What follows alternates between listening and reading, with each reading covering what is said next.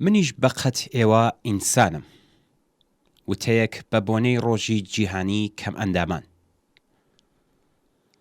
ڕۆژی هەینی 3 دەسامبر بەرابەر لەگەڵ 13 مانگی سەرماوەز ڕۆژی جیهانی کەم ئەندامانە.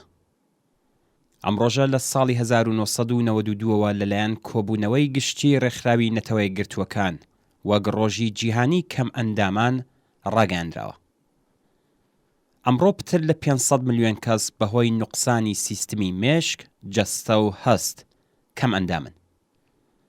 بەپێی جارنامەی ڕێکخراوی نەتەوە یەکگرتووەکان، کەم ئەندامان بەبێ لە بەرچاوگرتنی هۆکار، چۆنیەتی و ئاستی بێتواناییان خاوەنی هەموو ئەو مافە بنەڕەتیانن کە باقی هاوڵاتیانی هاوتەمەنیان لێی بەهرەمەندن. مافی بەهرەمەندبوون لە ژیانێکی دڵخواز و ئاسایی لە سەرووی ئەم مافانەوەیە و مافەکانی وەک خزمەتگوزاری، پەروەردە و بارهێنان، تەندروستی، شوێنی نیشتەجێبوون، دامەزران، سەیران، مافی مەدەنی، سیاسی و پاراستنی حیسیەتی ئینسانی کەم ئەندامان مافی بنەڕەتیانە.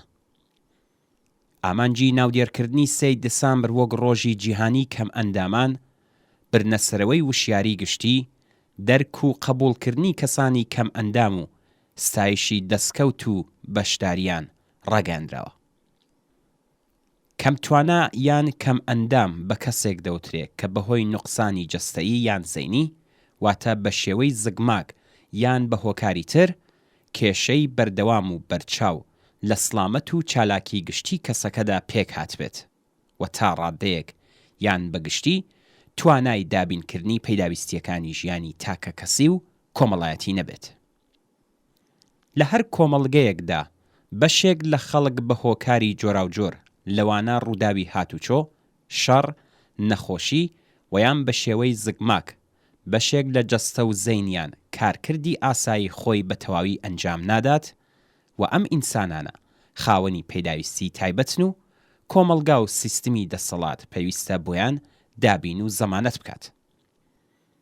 بێتوانایی و کەم توانایی لە هێندێک لە چالاکی جەستەیی و زەینی بەمانای بێتوانایی و کەم توانایی کامڵ و یەکجاری نییە و لەوانەیە بەشێک یان چەند بەش لە جەستە و یان مێشکی مرۆڤێک کارکردی کامڵ و پێویستی نەبێت، بەڵام بەشەکانی دیکەی کارکرد و توانایی سەرتر لە ئاستی ئاسایی و نۆرماڵیان هەبێت.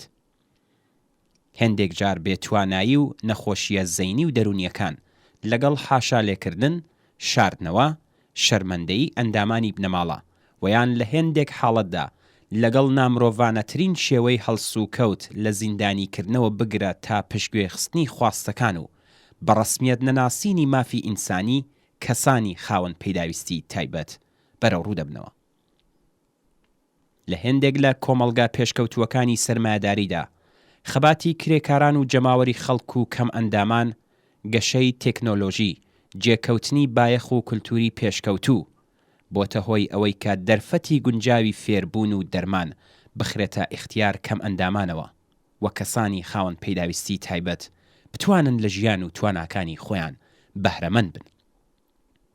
لە کۆمەڵگای دیکتاتۆر لێدراوە و لە حاڵی گەشەدا، واتە لە وڵاتانەی کە دەرفەت بۆ پشکەوتنی تواناکان ناخوڵقێت و کولتور و سونەت و مەسەب، نابەرابەریەکان و هەڵاواردن پاسا و پیرۆز دەکرێن، زۆربەی خەڵک لەوانە مرۆڤە خاوەن پەیداویستیە تایبەتەکان ناتوانن توانای جەستەیی و فکری خۆیان بە تەواوی بەکاربێنن.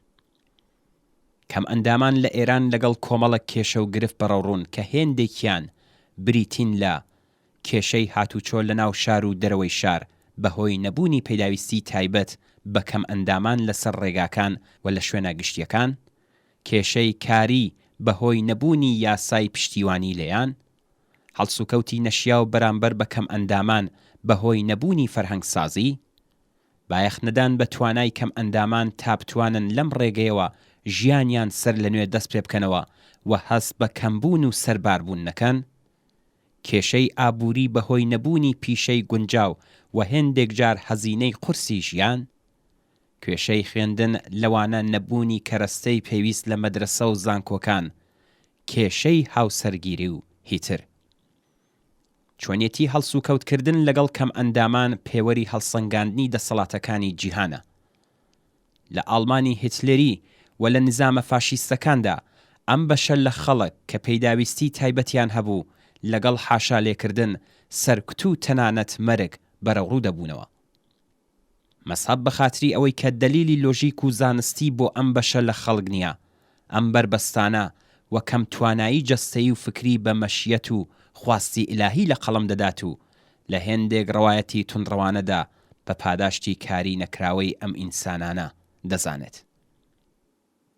لە ئێرانی ژێردەسەڵاتی ڕژیمی ئیسلامیدا هەرگیز ئامارێکی ڕاستەقینە سەبارەت بە ژمارەی کەم ئەندامان بڵاو نەکراوەتەوە. ئاماری ڕسمی ژمارەی کەم ئەندامانی ژێر پوششی سازمانی تەمینی ئیجتماعیە کە حدودی 1/10 ئاماری واقعیە. ئامارەکانی ڕێکخراوە غەیرە دەوڵەتیەکان و ڕێکخراوی تەندروستی جیهانی نیشانی دەدەن کە نزیکەی 12% جەمعیەتی ئێران لە کەم ئەندامان پێک هاتوون و لەو نێوەدا 4 تا 5 ملیۆن کەس تووشی کەم ئەندامی سەخت و ویان یەکجار سەخت هاتوون و هەموو ساڵێ پتر لە 60,000 کەس بە ژمارەی کەم ئەندامان زیاد دەبێت. لە یەکێک لە راپۆرتەکانی ڕێکخراوی چاودێری مافی مرۆڤ و کەمپەینی مافی مرۆڤی ئێران لەژێر ناوی منیش بە قەت ئێوە ئینسانم هاتووەکە زۆر یەک لە کەم ئەندامانی ئێرانی لە ماڵەکانی خۆیاندا بەند کراون و توانای ژیانی سربەخۆ و بەشداریکردن لە کۆمەلگا هاوڕێ لەگەڵ باقی هاوڵاتیانیان نییە. دەسەڵات، کۆمەلگە و بنەماڵە سێ بنەما و پایەی سەرەکی تاوتوێکردن و هەڵس و کەوت لەگەڵ ئەو بەشە لە خەڵکن کە خاوەن پەیداویستی تایبەتیان هەیە. دەسەڵات بەرپرسی سەرەکی دابینکردنی پەیداویستیە تایبەتەکان بەو بەشە لە کۆمەلگایە کە پێویستیان بە چاودێری زیاتر و پسپۆڕانەتر هەیە و پێویستە دابینکردنی کار، فێرکاری، دەرمان، بیمەی کامڵی ترانسپۆرت و مەسکەنی کەم ئەندامان لە ئەولەویەتیدا بێت.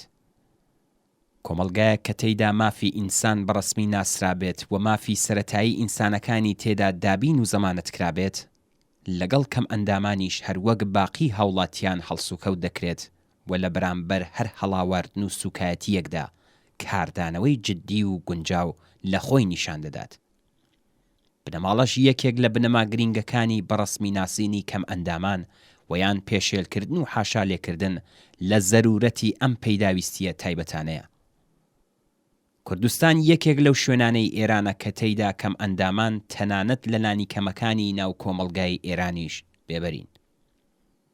هەژاری و بێکاری، نەبوونی خزمەتگوزاری دەوڵەتی بۆ کەم ئەندامان، زیاتر لە 40 ساڵ داگیرکاری نظامی و تەقینەوەی مین و تەقەکردن بەرەو کۆڵبەران و هیتر بەشێک لە خەڵکی تووشی کێشەی دەرونی و جەستەیی کردووە. ڕژیمی ئیسلامی نە لە کوردستان و نە لە سەر تاسەری ئێران حازر بە قبوڵکردنی بەرپرسیارەتی کەم ئەندامان نییە. بە کەسرێکی چکۆلە لەو هەزینە بەرینانەی کە دەکرێتە خەرجی میلیتاریزم، سەرکوتی جەماوەر، تیرۆریزم و دەخاڵەتی کۆنەپەرستانە لە دەرەوەی سنوورەکان، دەکرێت ژیانێکی ئینسانی بۆ کەم ئەندامان دابین بکرێت، بابەتێک کە پێویستە لە ئەولەویەتەکانی دەوڵەتی پاش ڕووخانی شۆڕشگێڕانەی کۆماری ئیسلامی بێت.